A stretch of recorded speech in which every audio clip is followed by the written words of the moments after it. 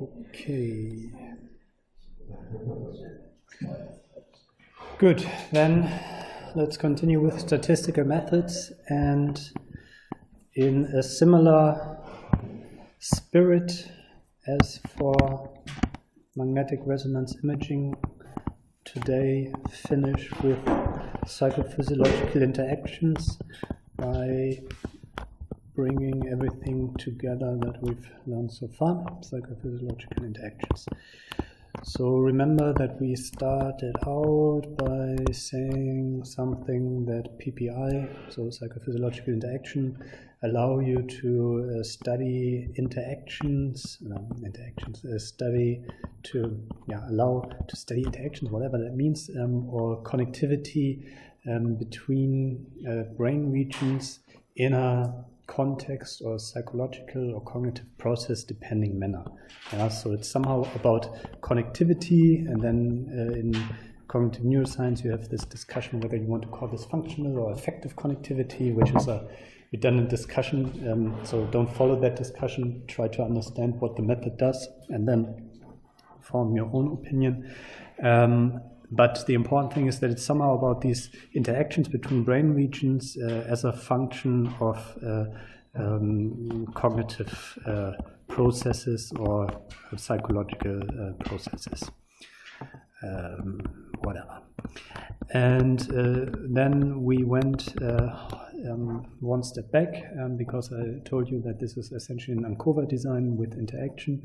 And to get started on ANCOVA designs, we discussed one-way ANOVA to get started to understand how GLMs of these categorical designs look.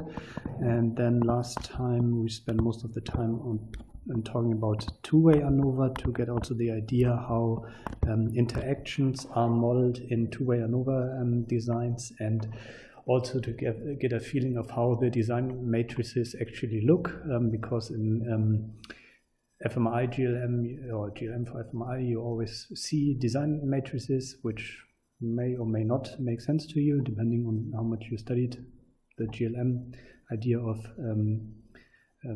doing multiple linear regression. And we looked at how two-way ANOVA designs with interaction look like. And then we made the step to ANCOVA. And what was the crucial thing about ANCOVA? Does anyone remember? The variables are one is discrete and the other is continuous. Which variables? Yeah, so the one that go into the design matrix, because the dependent variable, so the data y, is always continuous. But yeah, so it's in this case that you have both a discrete and continuous factors. Yeah, so that's one way to say that. And that was, I think, pretty much where we went up to. So maybe we start again with this. So the idea is that we have data variables y, I, j, and these are governed by probability distribution in terms of probability density functions that are univariate normal and have data point specific expectation, mu ij, and always the same variance, where I indexes the levels of the discrete factor, so usually few levels.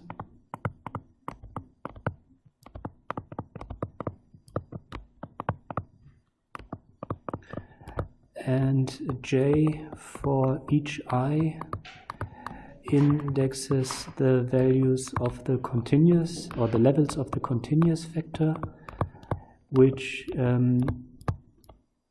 if you look, for example, at the example data set, these would be the alcohol units that are consumed by people in the old group, or if I takes on another level, namely young, then the alcohol units consumed by people in the young group. So one way to look at this also is that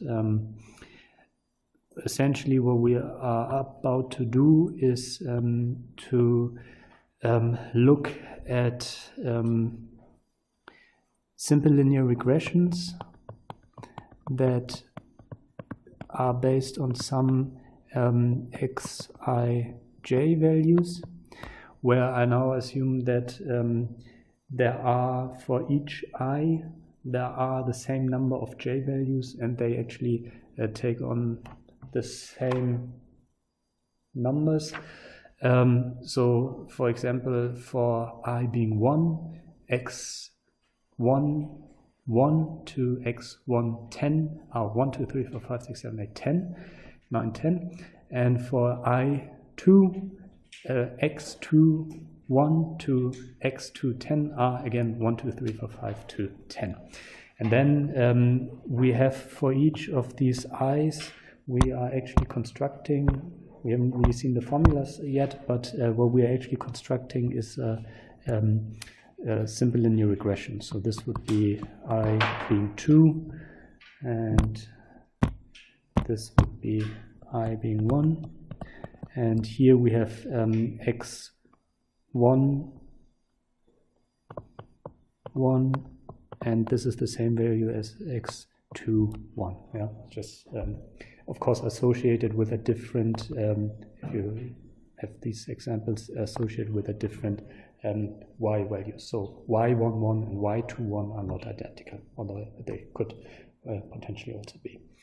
So that's about the notation. So I indexing the number of discrete levels, and j indexing the specific values of the independent variable in each of the groups. Is there a question? No. Now, the way that this is represented, and I think this is what we went up to, is that we have these expectations that are given in the most general form by some offset plus an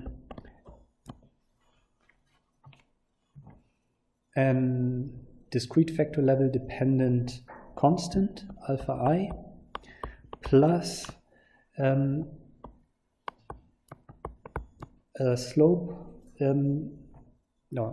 a slope beta 1 multiplied by these values of the independent variable in the ith group, going from j being 1 to j being ni.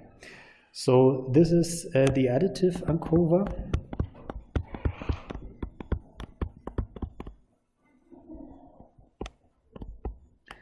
So importantly, this doesn't specify an interaction, and it essentially what it specifies is a number of slopes, or a number of simple linear regressions that have different offsets, but all the same slope. Yeah. So if one visualizes that. What this refers to is parallel slopes. So that would be mu0 plus alpha 1 plus beta 1 x1 j, where j goes from 1 to n1, and exactly the same slope, but a different offset. Well, these dots don't mean anything, so I get rid of them. So a parallel line with mu0 plus alpha 2 plus beta 1 x2 j for j being 1 to n2. Yeah, so this is the additive ANCOVA model, which is is there. To write this out in design matrix form, like for these graphs, I just assume that I is just 1, 2, so we only have 2 groups. That's also the example with the alcohol and age. So we have a young age group, an old age group, and they have different units of alcohol consumption. So if one groups this data, then accordingly we would have our data for the, let's say, the young group first, and then the old group, like this. Again, this is then our n-dimensional y vector, and then it's again like previously for one-way ANOVA and two-way ANOVA with interaction. It's about getting the design matrix and the parameters in accordance to this structural model form. So this is what I usually refer to as structural model form. And in this case, it works as follows. So we define our beta parameter here as a 4-dimensional vector. And now we want for each mu ij, we want the mu0 present. So we take again, like previously, a column of ones. And then for if I is 1, we want the alpha 1 present. So we have ones here. And if I is 2, so if we are here, then we don't want the alpha 1 present. And the reverse for the alpha 2. So if I is 1, we don't want the alpha 2 present.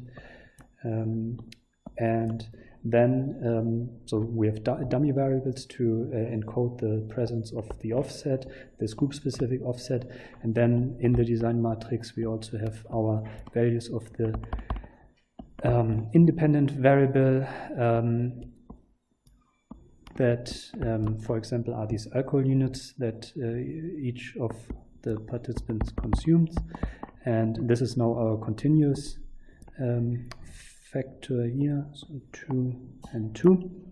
And in this case,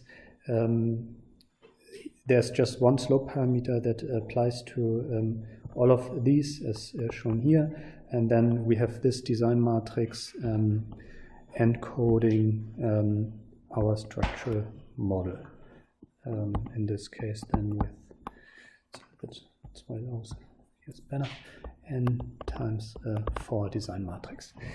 Now again, we have some redundancies in this model, namely that we could basically subtract something from mu0 and add it to alpha 1 and alpha 2, so it's over parameterized. So we need to again use a reference cell reformulation to basically get rid of this overparameterization, which then again works by setting the first level to 0. Of course, we don't want to set the beta 1 to 0 here because that encodes the continuous variation with the independent variable, and also if by some reason our continuous variates here are not all ones, which would be a little bit stupid because then we wouldn't have this continuous variation. It's very unlikely that these continuous variables covary in a one-to-one manner with any of the other regressors, which are just these ones. So we only need to basically get rid of this and this. And then we have the well-parameterized additive ANCOVA model. Yeah? So in terms of a visualization, let's have a look.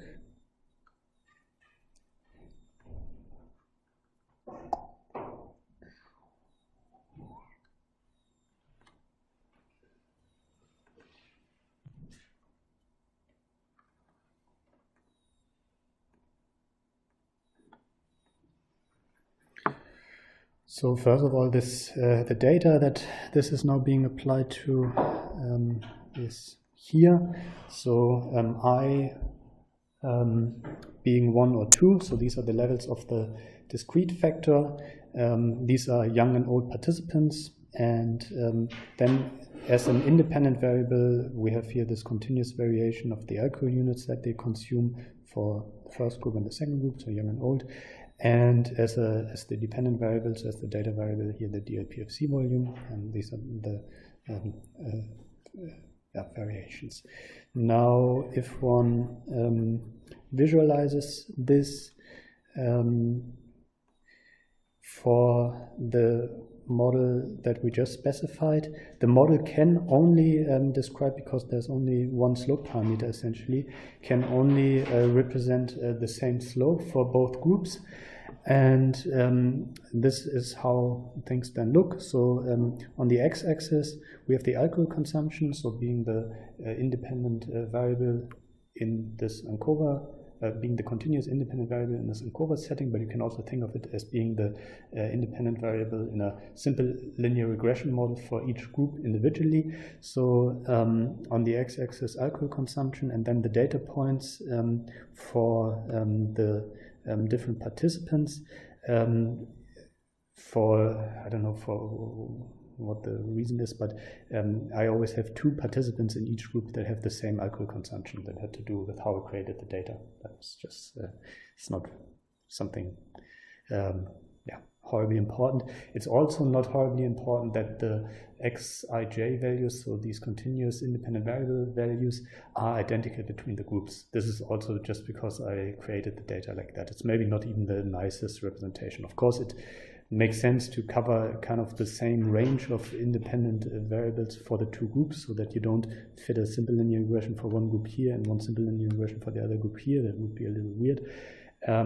But it's not necessarily that you have, in terms of the independent variables, exactly the same for both. Nevertheless, I have it here. These are all the data points, colored for young and old, and then plotted with, basically plotted each half of the data set and the fitted offset and slope parameters. Yeah, so that's ANCOVA additive way.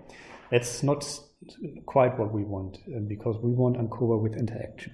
So we're next going to do ANCOVA with interactions. Are there questions about this right now? No. So of course it gets more interesting, the whole thing, if you don't assume the same rate of change in the continuous factor in terms of the outcome measure for both groups, because otherwise it's like to say, okay, if you're old, if you drink more alcohol, your DLPFC gets lower, and if you're young, the same happens. And then that basically says young and old people are affected by this other factor, which might be alcohol consumption, could be of course everything, to the same degree. And that's like, well, good. That's in a way it's a null finding. It's also interesting, but it's not where the interaction is really visible. So now we want to introduce the ANCOVA design with interaction.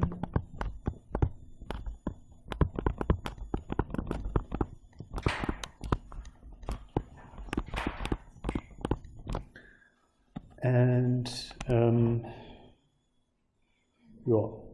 essentially this amounts to allowing for different slopes for the discrete for the levels of the discrete factors. Yeah. So intuitively, if this is your x variable, so your independent variable, you want to allow in one group to have a slope like this, and in another group to have, for example, a slope like this, which was not possible previously because there was only one slope parameter. Now there can be multiple. On a side note, if you sometimes see simple linear regressions in papers where people do simple linear regression and they do one for one group and one for the other group, and then they say, well, the slope parameter was not significant in one group, but it was in the other group, so we have something, then you can make the same point as you can do for 2x2 designs in ANOVA. You should test the interaction. Yeah, so it's exactly the same thing. It's also the same thing with difference in a difference. The thing that this might remind you of course, is if you ever encountered SPSS plots, you had these SPSS plots for 2x2 designs, and you know that if there's a difference in the slopes, then this means an interaction, and there are all forms of interactions. And the difference in this case is only that we not only have two values for the independent variable, so we don't have a dummy random variable, but there's a continuous variation. Yeah, but in the end, this is kind of the same thing. And hence, if you see people doing simple linear regressions in different groups, and let's say here we have something, here we don't, it would be a good idea to test the interaction. If it's not significant, it's still worth publishing the paper. Maybe you should also tell them that when you write your review, because otherwise they will be very defensive and say, anyway, so that's the idea. And how can this now be done? The idea is still that we have these random variables with their specific expectations. And now we have to change, of course, the structure model for the expectation.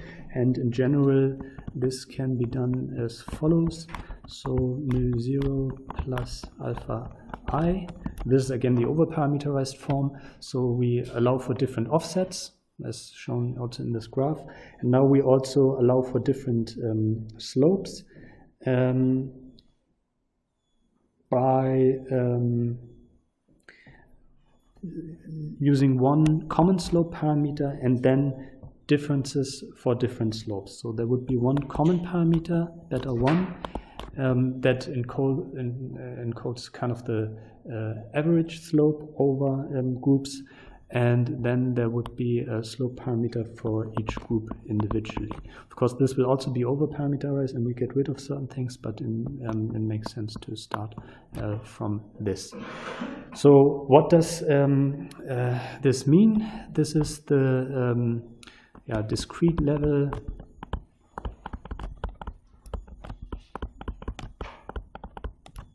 specific offset.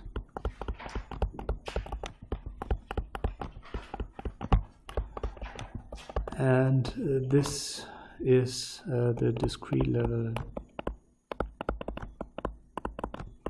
specific slope.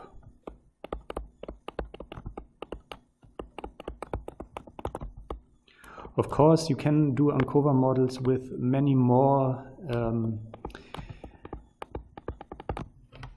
independent variables that are continuous. I always consider only one here because that's the case in PPI. But then, of course, the whole thing gets more complex, like multiple linear regression gets more complex if you go from simple linear regression to multiple linear regression, because then instead of having simple linear regression lines, you have multiple linear regression slopes, and they have different you have multiple linear regression surfaces, and they have different slopes and so on, and to think about it becomes more complex. So I always like it when people add more and more covariates to my analysis, but it gets really hard to understand what's actually going on there. But of course, the easy way to think about it is to think about they account for variance in the data, and then you just assume that you account for more and more variance in the data by adding more and more covariates. And then in this sense, it makes sense, but to think about it from the model and image, so in this kind of dependent variable space, it gets really complex. Here I assume that there is only one one independent continuously varying variable, and in addition I assume again that there's only two levels of the discrete factor. So what we essentially have is mu I mu1j. So if I is 1, we have mu1j being mu0 plus alpha 1 plus beta 1 x1j plus gamma 1 x1j. So I just resolve the brackets here. So beta 1 times xij and gamma I times xij. And if I is 2, of course we have essentially the same thing.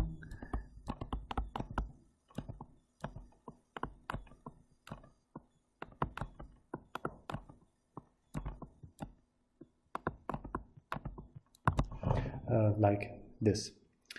Yeah.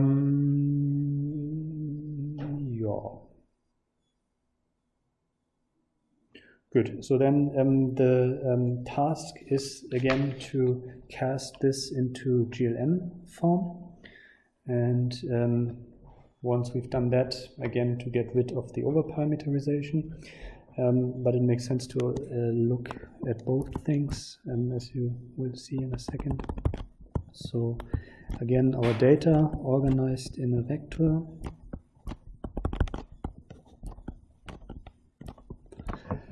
And then again creating our expectation vector by means of multiplying the design matrix with a beta vector.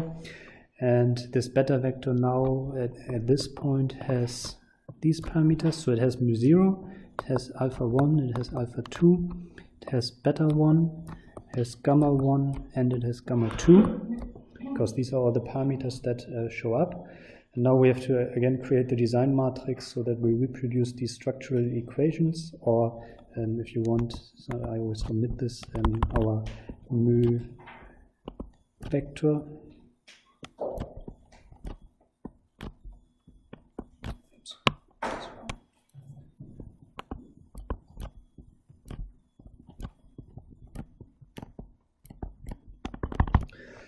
And yeah, so that's again a little simple task in matrix multiplication. So we need the mu0 everywhere, so we need a column of 1s. Then we need the alpha 1 for our mu1, 1 to mu1 and 1, so we need 1s here. We need the alpha 2 for our mu2, 1, 2, and 2, and no alpha 1, so we need this. Then we need our beta x1j and beta x2j, so we need our column of the continuous values of the independent variable.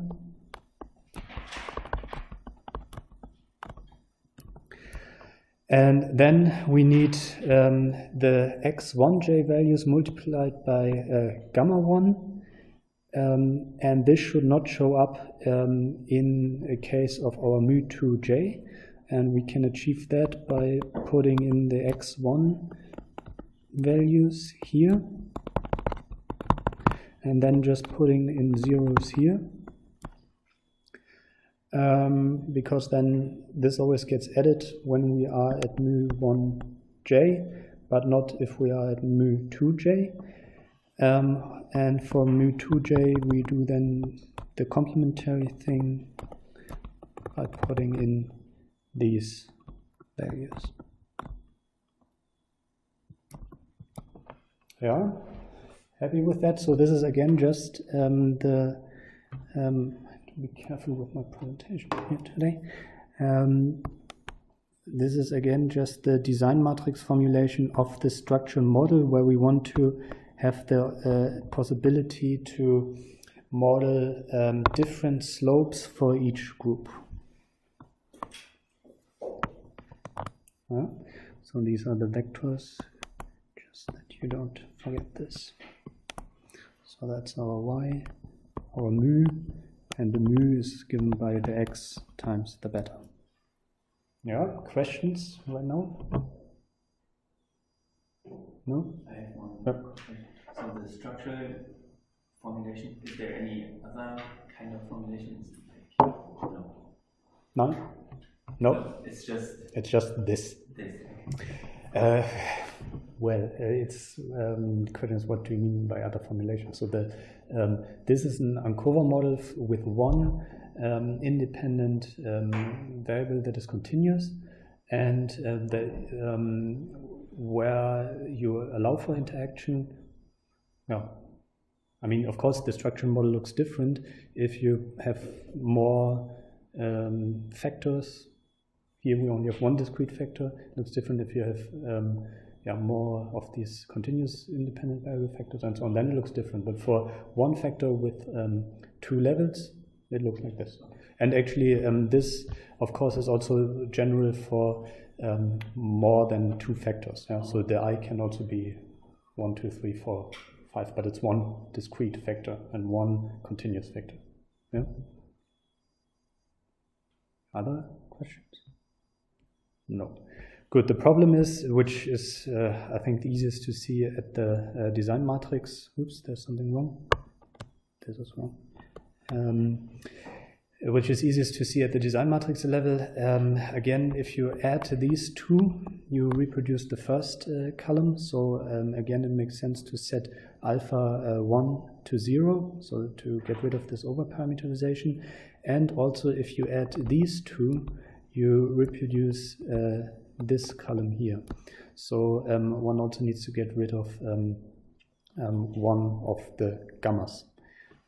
So that's, of course, you can think about this differently in terms of the overparameterization. I actually haven't.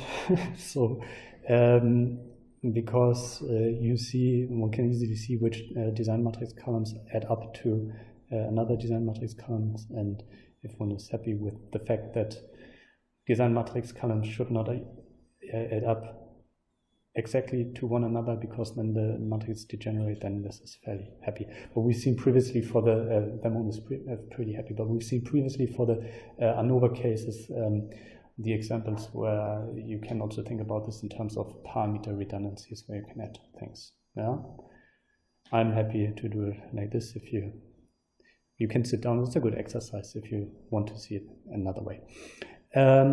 So that means we set alpha 1 to 0, and we set gamma 1 to 0. Potentially we could also set beta 1 to 0, because then we also would get rid of that. The reason, I mean, here, I mean, it's more a question of how to interpret the remaining parameters then, really. So let me first get rid of the corresponding columns. So we get rid of this, and we get rid of this. If one would set beta 1 to 0, then the remaining parameters gamma 1 and gamma 2 would be the slopes for each group. The way the parameters interpreted now is that this is the basically basic or average slope, and this is the slope difference that is required in addition to the basic slope to represent the values of the second group. Yeah? So the reason why I'm doing this like this here is because that's fairly much how it looks in fMRI, and also it's more consistent with how we did things previously, that these terms that remain, they always refer to differences. So remember that so the interaction term that remained earlier on was the difference that comes in addition to the change in levels in one factor for the values that are in the cell for the other factor. Yeah. So so that's then the typical design matrix picture for an ANCOVA design with interaction. Again, essentially this represents just different slopes for different groups. So to visualize this and also get you started on having the picture in your head, these are the ones, and then you have the continuous factor here. Should be light. So this is continuous factor with some light and some gray, something like this. And then you have, and here you have zeros, and here you have zeros, and down here you have the continuous factor again, the same one as in the column next to it. So that's just the visual representation of this design matrix, because we will look at one for PPI in a second. Now,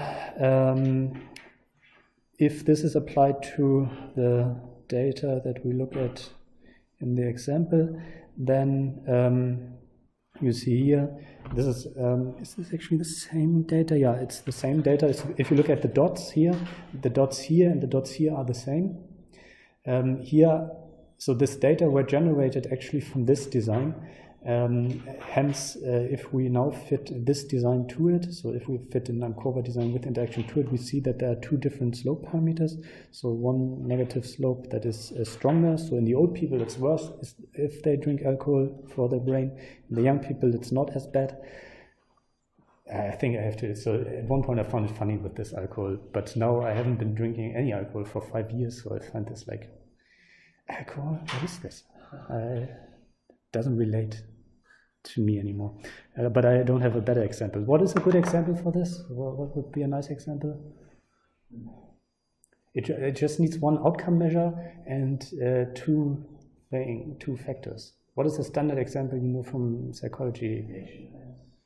Reaction times. This doesn't quite work because it's always they always feel like if you say reaction times, then people sit there. Don't we need to fit the diffusion model? So that doesn't work. So what is a typical example you used for these kind of things in undergrad statistics? IQ? Or? Yeah, I just want to say IQ and maybe school grades or something.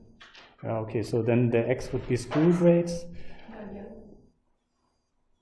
Yeah, you want to predict IQ based on the school grades, or you want? I wanted to do it the other way around. Or you want to predict school grades based on IQ? Okay. Yeah. Okay. So the X would be IQ, school grades, and then you have like this group in a socially nice environment and this group in a Rudli-Schule. But Rudli-Schule is now one of the best schools in Berlin. Actually, it is.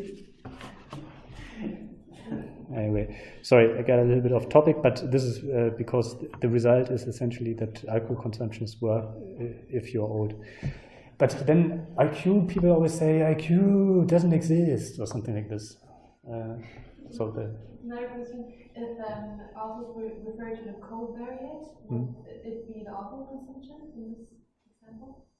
Yes, so usually when people say covariate, they mean I think usually they mean the continuous factor. I think there was in the text, there was also the term covariate. Yeah, maybe you read it.